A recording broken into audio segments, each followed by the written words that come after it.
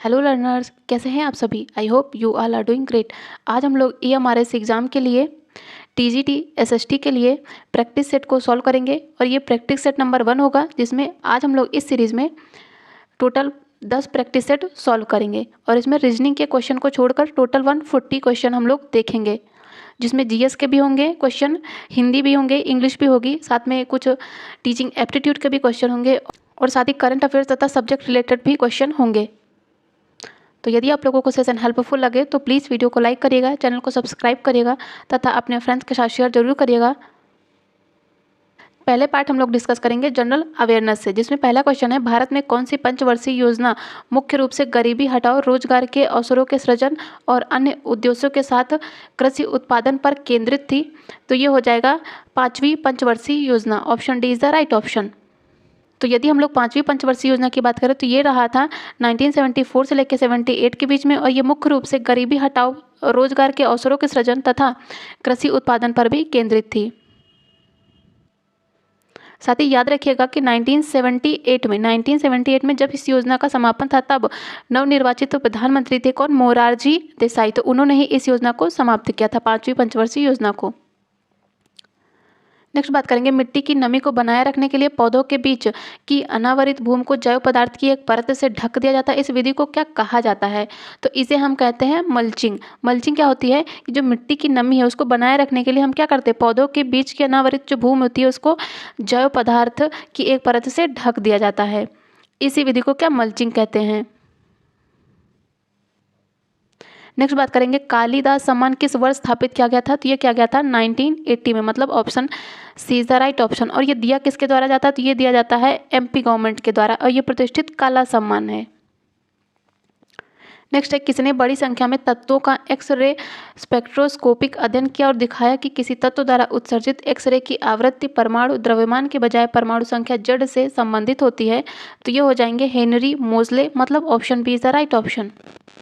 Next बात करेंगे, शासक अलाउद्दीन खिलजी, इनके शासनकाल में कितने प्रकार के कर थे? तो इनके टाइम पे थे 3 प्रकार के कर। नेक्स्ट है, राष्ट्रकूट और चोल राजवंशों के दौरान कुछ महत्वपूर्ण प्रशासनिक पद आनुवंशिक बन गए थे। नगर श्रेष्ठी पद का क्या अर्थ था? तो पूछा गया है नगर श्रेष्ठी पद का क्या अर्थ था? तो ये शहर का व्यापारी होता था जो नगर श्रेष्ठी होता था, मतलब option A is the right option. Next है, परिवारों की वैयक्तिक आय प्राप्त करने के लिए निम्नलिखित में से किसे राष्ट्रीय आय में जोड़ा जाता है? तो इसमें सरकार और फर्मों से भुगतान हस्तांतरण को, मतलब option C is the right option. Next है, असंतृप्त हाइड्रोकार्बन के संदर्भ में सही कथन की पहचान कीजिए। बताना है हमें अनसैचुरेटेड हाइड्रोकार्बन्स के बारे में। तो कार्बन के ऐसे यौगिक जिनके कार्बन परमाणुओं के बीच द्विआबंध या फिर त्रिआबंध होता है वो अनसैचुरेटेड यौगिक कहलाते हैं, मतलब option D is the right option.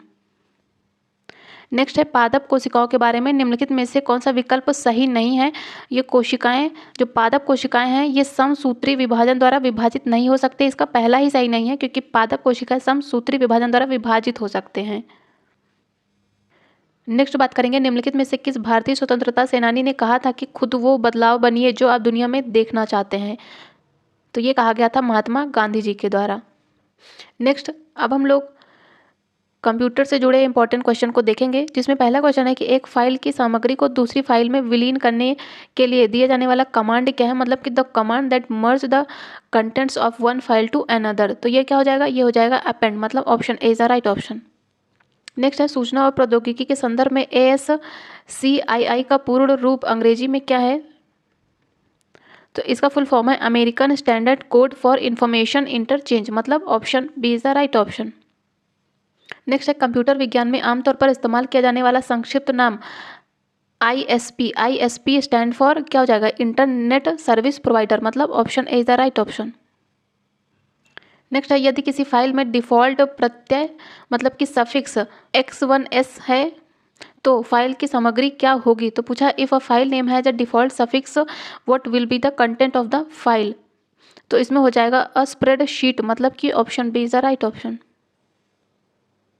Next है, किस HTML टैग का उपयोग टेक्स्ट को बोल्ड बनाने के लिए किया जाता है? तो इसमें हो जाएगा option B less than B greater than. Next question है कि sending a frame to a group of station is. तो ये हो जाएगा मल्टी कास्टिंग, मतलब option C is the right option. Next है सर्वर वे कंप्यूटर हैं जो संसाधन उपलब्ध कराते हैं, जो कि जुड़े होते हैं, किससे जुड़े होते हैं, तो ये नेटवर्क से जुड़े होते हैं।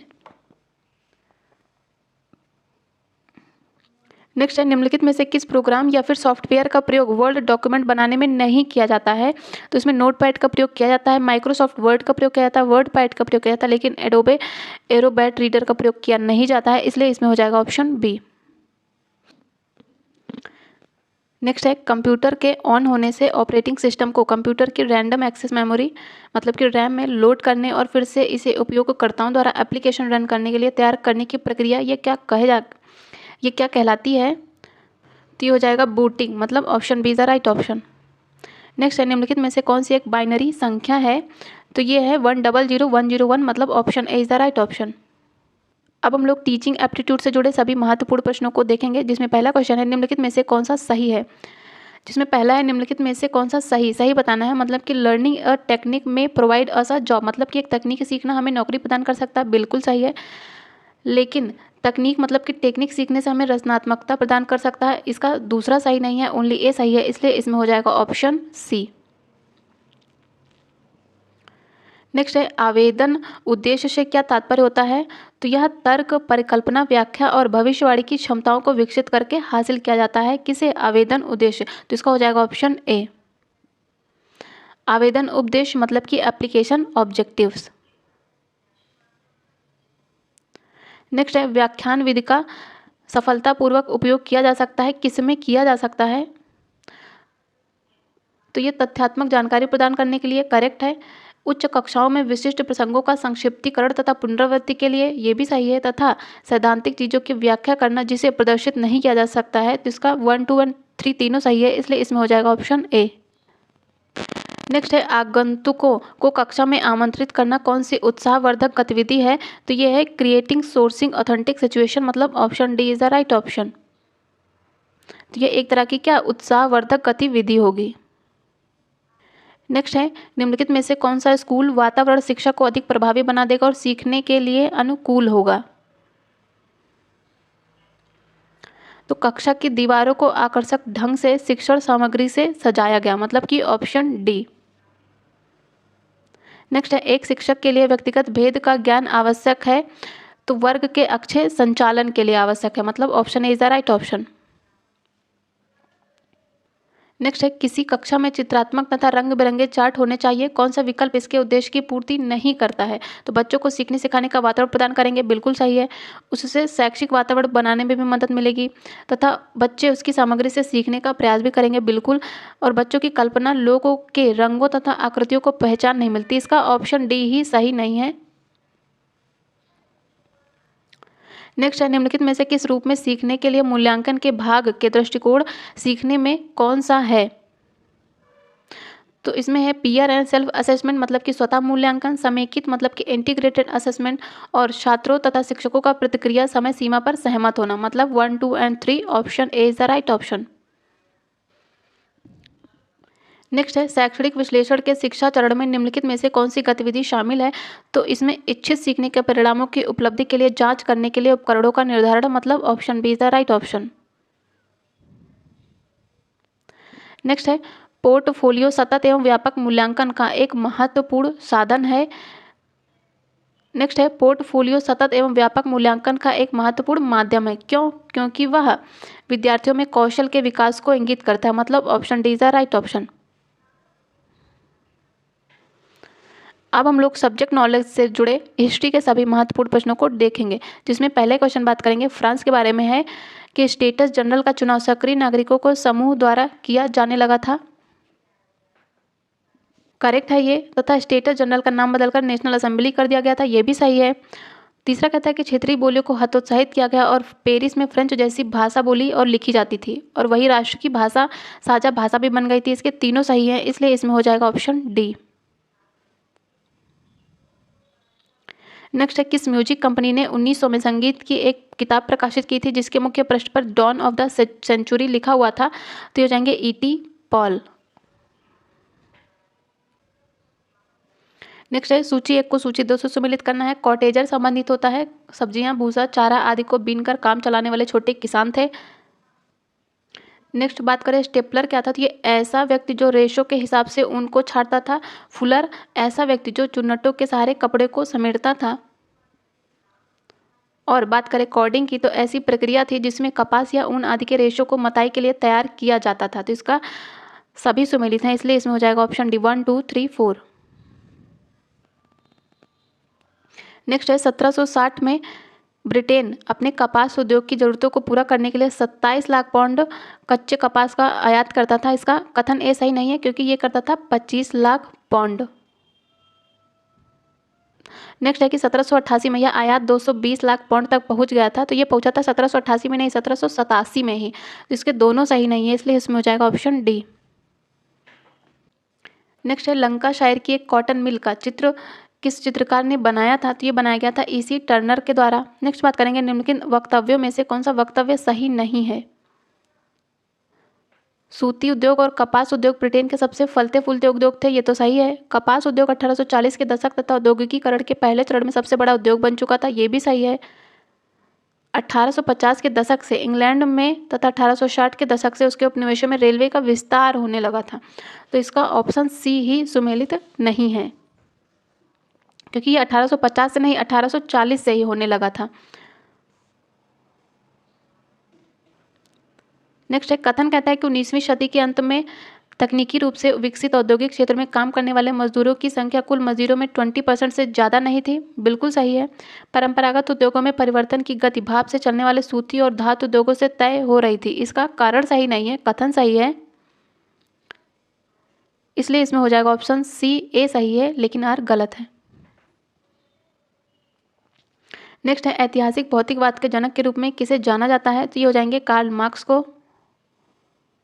नेक्स्ट है लुई 16वां फ्रांस की राजगद्दी पर कब आसीन हुआ था, तो ये हुआ था 1774 में तथा लुई 16वें की पत्नी मेरी एंतोइनेट किस देश की राजकुमारी थी, तो ये थी ऑस्ट्रिया की राजकुमारी। ऑस्ट्रिया की कैपिटल क्या है, वियना।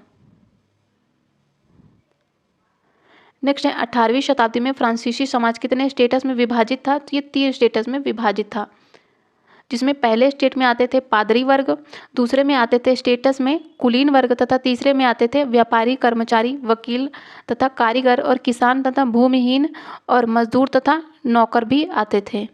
तो इसलिए इसमें जाएगा ऑप्शन ए। नेक्स्ट है पहला कथन कहता है कि फ्रांसीसी समाज मध्यकालीन सामंती व्यवस्था का अंग था, बिल्कुल सही है। दूसरा कथन कहता है कि प्राचीन राजतंत्र पद का प्रयोग सामान्यतः 1789 से पहले फ्रांसीसी समाज एवं संस्थाओं के लिए होता था, दूसरा कथन भी सही है, इसलिए इसमें हो जाएगा ऑप्शन ए। नेक्स्ट है निम्नलिखित कथनों पर विचार करें। फ्रांस की पूरी आबादी में लगभग 90% किसान थे, बिल्कुल सही है। जमीन के मालिक के रूप में किसानों की संख्या कम थी, ये भी सही है। मतलब किसान तो थे लेकिन वो ऐसे किसान नहीं थे जिनकी अपनी, मतलब कि किसान तो थे 90% फ्रांस की आबादी में किसान तो थे लेकिन ऐसे किसान नहीं थे जिनकी अपनी खुद की जमीन होती थी। लगभग 60% जमीन पर कुलीनों, चर्च तथा तीसरे स्टेट के अमीरों का अधिकार था, बिल्कुल सही है। कुलीन एवं पादरी वर्ग को कुछ विशेषाधिकार भी जन्मना प्राप्त थे, ये भी सही है। पांचवा कहता है कि किसान अपने स्वामी की सेवा करते थे जिसके बदले उन्हें करों से मुक्ति तो नहीं थी किसानों को। इसका पांचवा गलत हो जाएगा, इसमें जाएगा 1, 2, 3, 4, मतलब option B is the right option. Next है टाइद क्या था, तो टाइद एक प्रकार का धार्मिक कर था। अब हम लोग ज्योग्राफी से जुड़े सभी महत्वपूर्ण प्रश्नों को देखेंगे, जिसमें पहला क्वेश्चन है कि एक नाविक के लिए निम्नलिखित में से कौन सा एक अधिक उपयोगी है, तो इसमें है मर्केटर प्रक्षेप किस अक्षांश रेखा की वास्तविक लंबाई भूमध्य रेखा की आधी होती है, तो ये होती है 60 डिग्री, मतलब option B is the right option.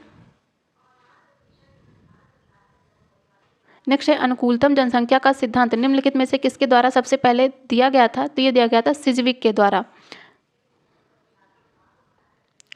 Next है निम्नलिखित में से विनिर्माण कौन सी वर्ग की आर्थिक क्रिया है, तो विनिर्माण ये द्वितीय क्षेत्र की आर्थिक क्रिया है, मतलब option B is the right option.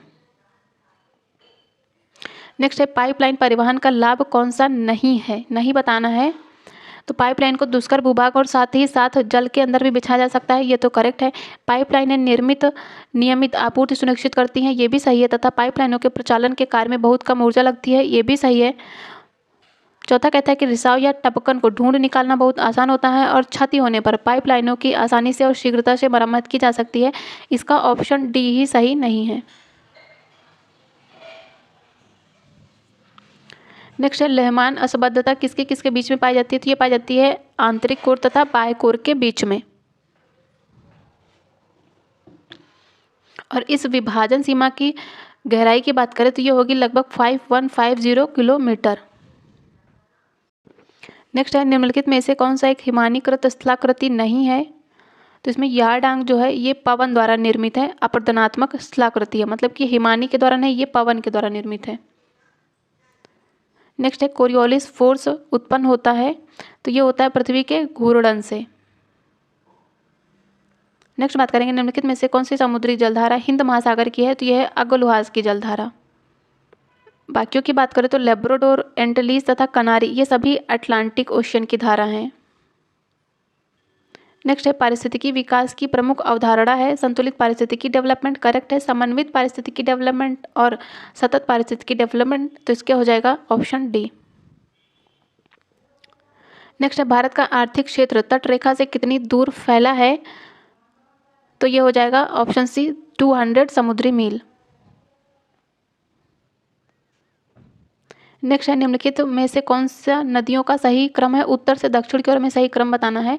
तो सबसे उत्तर में हमें मिलेगी कौन सी? झेलम नदी, फिर उसके बाद चिनाब, रावी एंड देन सतलज, तो इसका हो जाएगा ऑप्शन ए।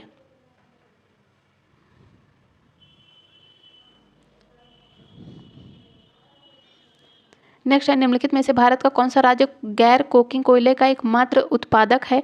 तो ये है झारखंड। हमारे जलमंडल मतलब कि हाइड्रोस्फीयर का सबसे बड़ा भाग कौन सा है? तो ये है प्रशांत महासागर, पैसिफिक ओशियन। नेक्स्ट है सूची 1 को सूची 2 से सम्मिलित करना है। कोयम्बटूर सूती वस्त्र के लिए प्रसिद्ध है, राउरकेला लौह इस्पात के लिए, कपूरथला रेल के डिब्बों के लिए तथा बरौनी तेल शोधन के लिए। तो इसमें हो जाएगा 4, 3, 2, 1। नेक्स्ट है ये भी सूची 1 को सूची 2 से सम्मिलित करना है। दीनदयाल पोर्ट कहाँ पर है? गुजरात में है। जवाहरलाल नेहरू पोर्ट बंदरगाह है, इसे नवा शावा के नाम से भी जाना जाता है, यह है महाराष्ट्र में। वीओ चिदम्बरम पोर्ट कहाँ पे है? गोवा में है। सॉरी, वीओ चिदम्बरम कहाँ पे है? तमिलनाडु में है। और मर्मू गोवा ये है गोवा में। नेक्स्ट है भारत में सार्वजनिक यातायात के लिए पहली रेलवे लाइन कब खोली गई थी? तो ये थी 16 अप्रैल 1853 को लॉर्ड डलहौजी के टाइम पर। नेक्स्ट अब हम लोग इकोनॉमी से जुड़े सभी महत्वपूर्ण प्रश्नों को देखेंगे, जिसमें पहला क्वेश्चन है भौतिक पूंजी के संदर्भ में निम्नलिखित कथनों पर विचार कीजिए। भौतिक पूंजी क्या है? ये उत्पादन के प्रत्येक स्तर पर अपेक्षित आगत से है। करेक्ट है। भौतिक पूंजी के अंतर्गत 2 तरह की मदें शामिल होती हैं, ये भी सही है। औजार, मशीन और भवन स्थायी भौतिक पूंजी के उदाहरण है, बिल्कुल सही है। तथा कच्चा माल और नगद मुद्रा कार्यशील भौतिक पूंजी के उदाहरण है। तो इसका चारों सही है, इसलिए इसमें हो जाएगा ऑप्शन डी। नेक्स्ट बात करेंगे बहुविध फसल प्रणाली के संदर्भ में निम्नलिखित कथनों पर विचार कीजिए। तो एक वर्ष में किसी भूमि पर एक से ज़्यादा फसल पैदा करना बहुविध फसल प्रणाली है। करेक्ट है ये। और भूमि के किसी एक टुकड़े में उपज बढ़ाने की सबसे अधिक सामान्य प्रणाली है, बी भी सही है, लेकिन हमें इसमें असत्य बताना है, तो इसका हो जाएगा ऑप्शन बी। नेक्स्ट है सकल राष्ट्रीय उत्पाद किसके बराबर होता है? तो ये शुद्ध राष्ट्रीय उत्पाद प्लस घिसावट व्यय से, मतलब option A is the right option. Next है निम्नलिखित में से कौन सा एक सही सुमेलित नहीं है बताना है। तो खनन, कृषि व उत्खनन ये प्राथमिक क्षेत्र से संबंधित है। व्यापार, बीमा, बैंकिंग ये द्वितीयक से नहीं, ये हैं तृतीयक सेक्टर से संबंधित, इसलिए इसका ऑप्शन बी सुमेलित नहीं है। नेक्स्ट बात करेंगे निर्धनता के आकलन की एक सर्वमान्य सामान्य विधि है, कौन सी? तो ये है आय तथा उपभोग स्तर, मतलब option A is the right option. Next बात करेंगे भारत में गरीबी एवं शहरी क्षेत्रों के लिए प्रति व्यक्ति प्रतिदिन स्वीकृत कैलोरी की आवश्यकता कितनी होती है? तो ग्रामीण और शहरी की, तो ये होती है ग्रामीण क्षेत्रों में, तो ये होती है ग्रामीण क्षेत्रों में 2400 कैलोरी तथा शहरी क्षेत्रों में 2100 कैलोरी, मतलब option C is the right option. Next है 1970 के दशक में खाद्य सुरक्षा का अर्थ है, तो आधारिक खाद्य पदार्थों की सदैव पर्याप्त उपलब्धता, मतलब option A is the right option. विश्व खाद्य दिवस कब मनाया जाता है? 16 अक्टूबर को। 16 अक्टूबर को ही 1945 में संयुक्त राष्ट्र खाद्य एवं कृषि संगठन की स्थापना की जाती है। नेक्स्ट है पीडीएस। पीडीएस मतलब कि पब्लिक डिस्ट्रीब्यूशन सिस्टम, इसका पूर्ण रूप सार्वजनिक वितरण प्रणाली, मतलब option B is the right option.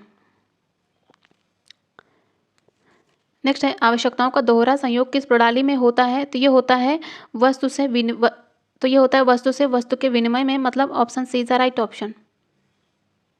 Next बात करेंगे, निम्नलिखित कथनों पर विचार कीजिए। भारत का जीडीपी में सबसे अधिक योगदान टर्शरी सेक्टर में उत्पादित वस्तुओं और सेवाओं का है, बिल्कुल सही है। भारत में सबसे अधिक लोगों का रोजगार प्राथमिक क्षेत्र के अंतर्गत है, ये भी सही है। लोगों को रोजगार प्राइमरी सेक्टर में है, कृषि में है, लेकिन जीडीपी में योगदान टर्शरी सेक्टर में है। और भारत के सेवा क्षेत्र में उत्पादन की जितनी वृद्धि हुई है उतनी वृद्धि रोजगार में नहीं हुई है, तीसरा भी सही है। इसमें 1, 2, 3 तीनों सही है, इसलिए इसमें हो जाएगा option D, all of the above. Next है, कथन दिया है कि अल्प बेरोजगारी को छिपी हुई कहते हैं क्योंकि यह उन लोगों की बेरोजगारी जिनके पास कोई रोजगार नहीं और बेकार बैठे हुए हैं उनसे अलग है। तो इसका कथन भी सही है। निष्कर्ष यह कहता है क्योंकि कृषि क्षेत्र के श्रमिकों में अल्प बेरोजगारी है, निष्कर्ष भी सही है। तो इसमें हो जाएगा ऑप्शन डी।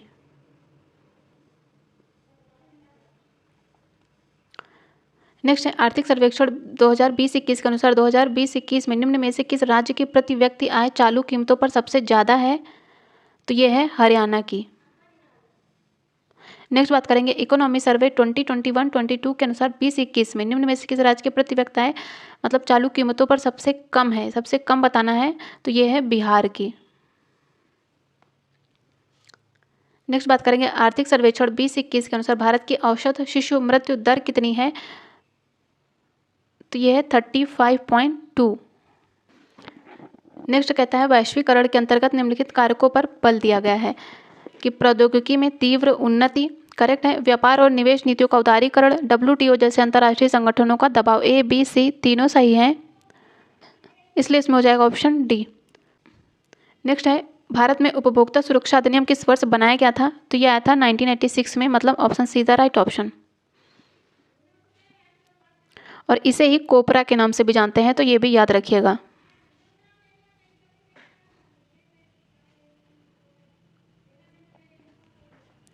अब हम लोग पॉलिटिकल साइंस से जुड़े सभी महत्वपूर्ण प्रश्नों को देखेंगे, जिसमें पहला क्वेश्चन है कि संघीय सरकार के निम्नलिखित में से सही विकल्प का चयन कीजिए।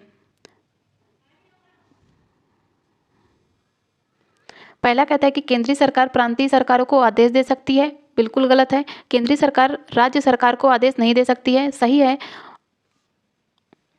और राज्य सरकार के पास अपनी शक्तियां होती हैं, वह केंद्रीय सरकार को जवाबदेह नहीं होती है। तो इसका सेकेंड एंड थर्ड सही है, इसलिए इसमें हो जाएगा ऑप्शन सी।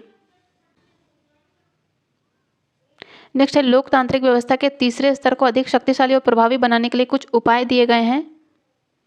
पहला कहता है कि स्थानीय स्वशासी निकायों के चुनाव नियमित रूप से कराना संवैधानिक बाध्यता है, बिल्कुल सही है। अनुसूचित जातियों, अनुसूचित जनजातियों और पिछड़ी जातियों के लिए सीटें भी आरक्षित हैं, ये भी सही है। सेकंड कहता है कि 1/3 सीटें महिलाओं के लिए आरक्षित हैं, तीसरा भी सही है। चौथा कहता है कि सभी स्थानीय निकायों को अपने खर्चों की भरपाई के लिए राजस्व एकत्रित करने का अधिकार दिए गए हैं, ये अधिकार नहीं दिया गया है। 1, 2, 3 सही है, इसलिए इसमें हो जाएगा ऑप्शन डी। नेक्स्ट है, चुनाव के उद्देश्य से विभिन्न चुनाव क्षेत्रों के परिसीमन का आधार है, तो ये है जनसंख्या, मतलब option A is the right option. Next है, लोकतंत्र के पक्ष में इनमें से कौन सा तर्क अच्छा मतलब कि सही नहीं है? तो इसमें हो जाएगा ऑप्शन डी, लोकतंत्र दूसरों की तुलना में अधिक समृद्ध है, मतलब option D is the right option. Next है, निम्नलिखित में से कौन लोकतंत्र की विशेषताएं हैं? तो लोकतंत्र में अंतिम निर्णय लेने की शक्ति लोगों द्वारा चुने गए लोगों के पास होती है, मतलब प्रतिनिधि के पास होती है, इसका ऑप्शन ए सही है। तथा लोकतंत्र में प्रत्येक वयस्क नागरिक के पास एक वोट होना चाहिए और प्रत्येक वोट का एक मूल्य होना चाहिए, दूसरा भी सही है, इसलिए इसमें हो जाएगा ऑप्शन सी। नेक्स्ट है, ग्राम पंचायत निम्नलिखित में से किसके अंतर्गत कार्य करती है? तो ये पंचायत समिति के अंतर्गत कार्य करती है। नेक्स्ट है, संविधान सभा के स्थायी अध्यक्ष कौन थे? तो ये थे डॉक्टर राजेंद्र प्रसाद तथा सच्चिदानंद सिन्हा, ये अस्थायी अध्यक्ष थे। और डॉक्टर BR अम्बेडकर ये प्रारूप समिति के अध्यक्ष थे। नेक्स्ट है, भारतीय संविधान पर सबसे अधिक प्रभाव किस अधिनियम का पड़ा है? तो ये पड़ा है भारत शासन अधिनियम 1935 का।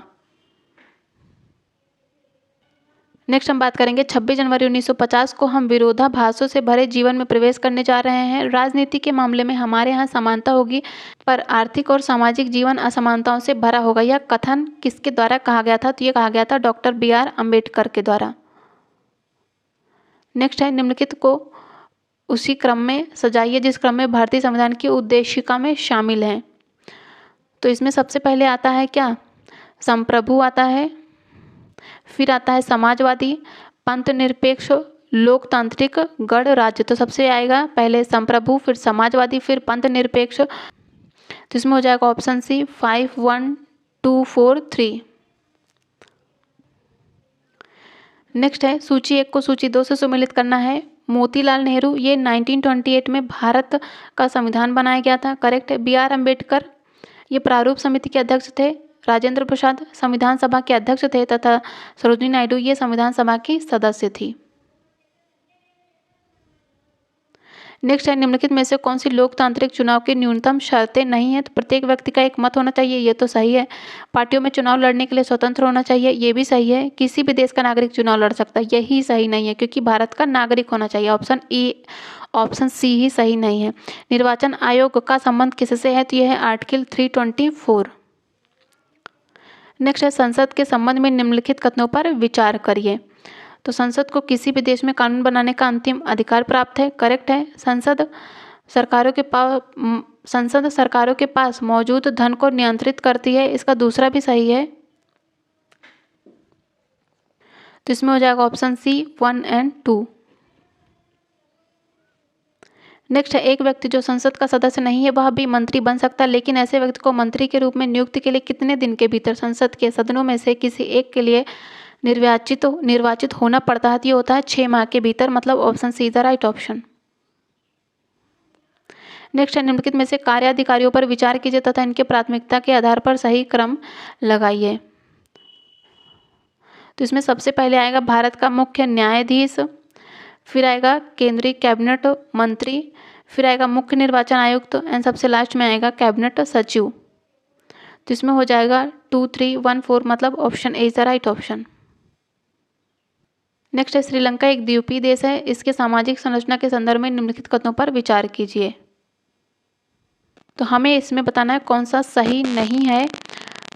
श्रीलंका तमिलनाडु के दक्षिणी तट से कुछ किलोमीटर की दूरी पर स्थित है, ये तो सही है। श्रीलंका में सबसे प्रमुख सामाजिक समूह सिंहलियों, जिनकी आबादी कुल जनसंख्या 74% है, ये भी सही है। श्रीलंका में तमिलों की आबादी कुल संख्या का 18% है, ये भी सही है। मौजूद श्रीलंका के नक्शे पर यदि गौर करें तो पाएंगे कि तमिल मुख्य रूप से उत्तर व दक्षिण प्रांतों में आबाद है, तो इसका ऑप्शन 4 ही सही नहीं है, इसलिए इसमें हो जाएगा ऑप्शन सी ओनली 4।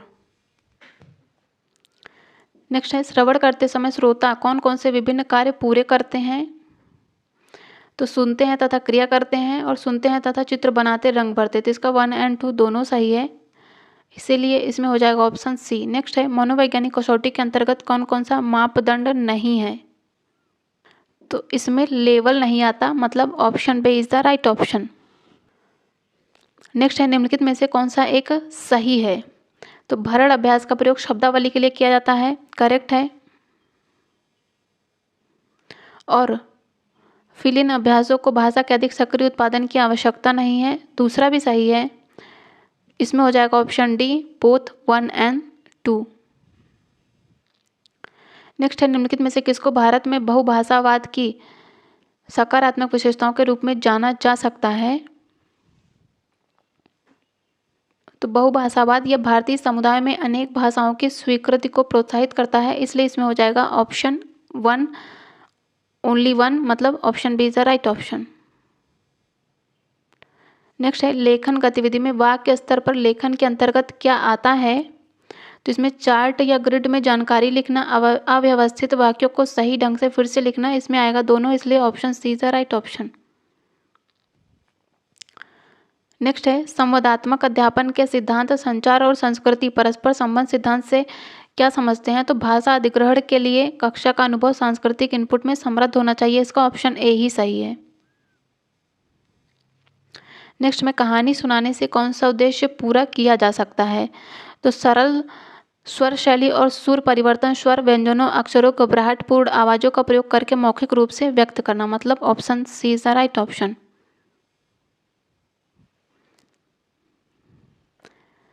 नेक्स्ट है जब एक शिक्षक भाषा पढ़ाने में विज्ञान और समाज विज्ञान का प्रयोग करता है, ऐसे प्रस्ताव को क्या कहा जा सकता है। तो ये पाठ्यक्रम के साथ साथ भाषा, मतलब option D is the right option.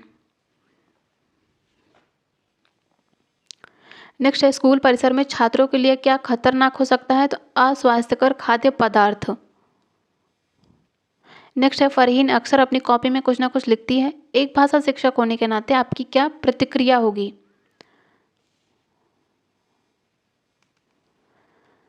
तो फरहीन अपने मन की बातों की अभिव्यक्ति चाहती है, उसके लेखन को कक्षा में प्रदर्शित किया जाए, इसका हो जाएगा ऑप्शन डी। नेक्स्ट है NEP 2020 के अनुसार ABC का पूर्ण रूप बताना है। A stand for academic, B stand for bank of, C stand for credit, तो इसका हो जाएगा ऑप्शन डी। नेक्स्ट है NEP 2020 के अनुसार मेरू MERU का अर्थ क्या है, तो इसमें हो जाएगा multi disciplinary education and research university, मतलब कि बहुविषयक शिक्षा और अनुसंधान विश्वविद्यालय, मतलब option A is the right option. Next बताना है परख का फुल फॉर्म, तो इसमें हो जाएगा performance assessment review and analysis of knowledge for holistic development, मतलब कि समग्र विकास के लिए प्रदर्शन मूल्यांकन संबंध और ज्ञान का विश्लेषण, option D is the right option. Next बात करेंगे NEP 2020 के अनुसार ग्रेड 6 to 8 के लिए एक अभ्यास आधारित पाठ्यक्रम, मतलब कि NCERT द्वारा उचित रूप से डिजाइन किया जाएगा अभ्यास आधारित पाठ्यक्रम का नया नाम बताना है, तो इसमें हो जाएगा NCFSE, मतलब option C is the right option. Next है NEP 2020 में बढ़ई, माली, कुम्हार जैसे स्थानीय व्यावसायिक विशेषज्ञों के साथ इंटर्न के लिए बैकलेस अवधि में भाग लेने के लिए कितने दिनों का उल्लेख किया गया है, तो ये किया गया है 10 डेज का, मतलब option D is the right option. अब हम लोग लैंग्वेज से जुड़े महत्वपूर्ण प्रश्नों को देखेंगे, जिसमें हिंदी से पहला क्वेश्चन है, मुहावरे से रिलेटेड है, दांत काटी रोटी का अर्थ बताना है, तो दांत काटी रोटी का अर्थ हो जाएगा क्या, पक्की मित्रता। नेक्स्ट है रसोई घर में कौन सा समास है, तो रसोई घर में हमें मिलेगा देखने को तत्पुरुष समास। तत्पुरुष समास क्या होता है, जिस समास में दूसरा पद प्रधान होता है और दोनों पद के बीच कोई भी विभक्ति चिन्ह का लोप पाया जाता है, वही कहलाता है तत्पुरुष समास। तो रसोई घर में क्या हो जाएगा, रसोई के लिए घर, क्या होगा, रसोई के लिए घर, तो इसमें के लिए का लोप हुआ है, तो इसमें हो गया है तत्पुरुष समास।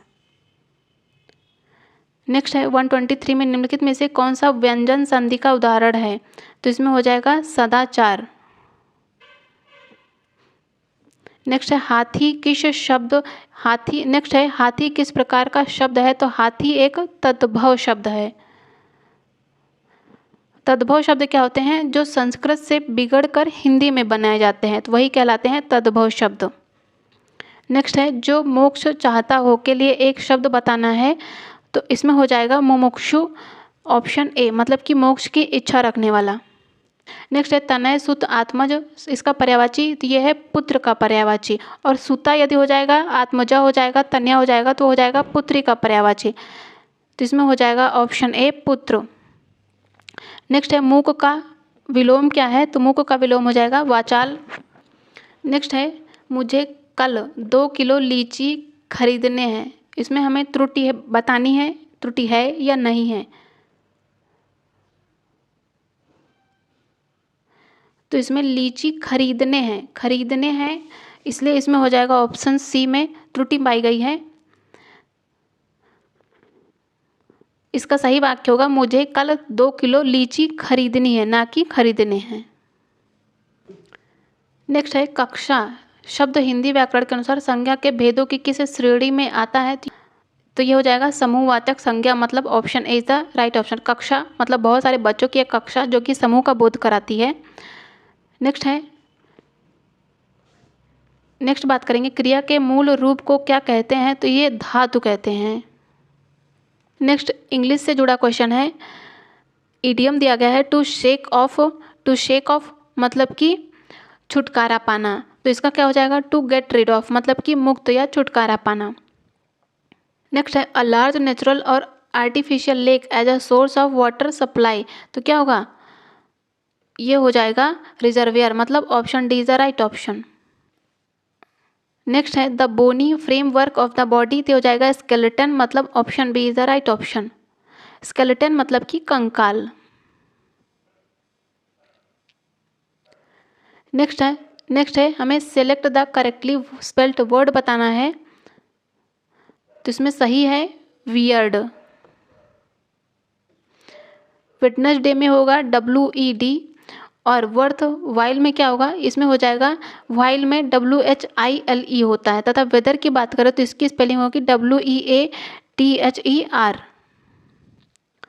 नेक्स्ट है एंटोनिम बताना है एडॉर्न का। एडॉर्न का एंटोनिम हो जाएगा, एडॉर्न मतलब क्या होगा, एडॉर्न मतलब होता है पहली बात तो सजाना, तो इसका एंटोनिम हो जाएगा डिसफिगर, मतलब option B is the right option. Next है सिनोनिम बताना है प्रोडिजियस का। तो प्रोडिजियस मतलब क्या होता है, बहुत बड़ा, तो इसका हो जाएगा क्या, इमेंस। इमेंस मतलब बहुत विशाल, तो इसका हो जाएगा ये सिनोनिम। नेक्स्ट है take this suitcase upstair, इसका पैसिव वॉइस बताना है, तो इसमें हो जाएगा this suitcase should be taken upstair, मतलब option C is the right option. Next है you will have to walk now since we had missed the bus, error बतानी है, तो इसमें सिंस वी हैड मिस्ड में had नहीं होगा, इसमें होगा सिंस वी मिस्ड, इसलिए इसमें हो जाएगा ऑप्शन सी, मिस्टेक है सिंस वी हैड में, तो इसलिए इसमें हो जाएगा ऑप्शन सी, एरर है सिंस वी हैड। नेक्स्ट है Raja slash the house before Hari got there, तो इसमें हो जाएगा हैड लेफ्ट, तो Raja had left the house before Hari got there, मतलब ऑप्शन डी। नेक्स्ट है the owner of the house watch slash at the watchman for letting in a stranger, तो इसमें हो जाएगा ऑप्शन सी इंडिजेंट, मतलब कि the owner of the house watch indigent eight the watchman for letting in a stranger. Next है रासो चरित्र काव्य है और उसकी रचना रासक शैली में हुई है, यह कथन किसका है, ये है आचार्य हजारी प्रसाद द्विवेदी का। नेक्स्ट है अंधा युग किसकी रचना है, तो अंधा युग रचना है धर्मवीर भारती की, मतलब option B is the right option. Next है जहाँ पर वर्णों की आवृत्ति बार बार होती है वहाँ पर क्या होता है, वहाँ पर होता है अलंकार। नेक्स्ट है चौपाई कितनी मात्राओं का छंद है, तो ये है 16 मात्राओं का। नेक्स्ट है आचार्य भरत सूत्र के रस सूत्र के उत्तरता शंकु के सिद्धांत का नाम क्या है, तो यह है अनुमितिवाद, मतलब option A is the right option. Next है इंसानियत का संधि विच्छेद बताना है, तो इसमें हो जाएगा इंसान प्लस यत, मतलब option B is the right option. Next है निम्नलिखित में से माता पिता, माता पिता में कौन सा समास है, तो इसमें मिलेगा द्वंद्व समास। अंतस्थ और ऊष्म वर्ण कितने हैं, तो हमें बताना है अंतस्थ और ऊष्म वर्ण, तो ये हैं 8, मतलब 4 अंतस्थ हैं तथा 4 ऊढ़, तो 4 अंतस्थ हैं और 4 ऊष्म, मतलब 8। नेक्स्ट है प्रेरणा स्टूडियो जाएगी, ये कैसा काल है, तो ये सामान्य भविष्य काल है। और निम्नलिखित में से कृतवाच्य का सही वाक्य बताइए, तो कृतवाच्य जिसमें कर्ता हो, तो इसमें तुलसीदास ने, तो इसमें जाएगा ऑप्शन है तुलसीदास ने रामचरितमानस लिखी है, option A is the right option. तो आज हम लोगों ने एमआरएस के टीजीटी एसएसटी के प्रैक्टिस सेट नंबर 1 को सॉल्व किया है। इसी सीरीज में हम लोग टीजीटी एसएसटी के टोटल 10 प्रैक्टिस सेट को सॉल्व करेंगे। तो यदि आप लोगों को सेशन हेल्पफुल लगा हो तो प्लीज़ वीडियो को लाइक करिएगा, चैनल को सब्सक्राइब करिएगा तथा अपने फ्रेंड्स के साथ शेयर जरूर करें।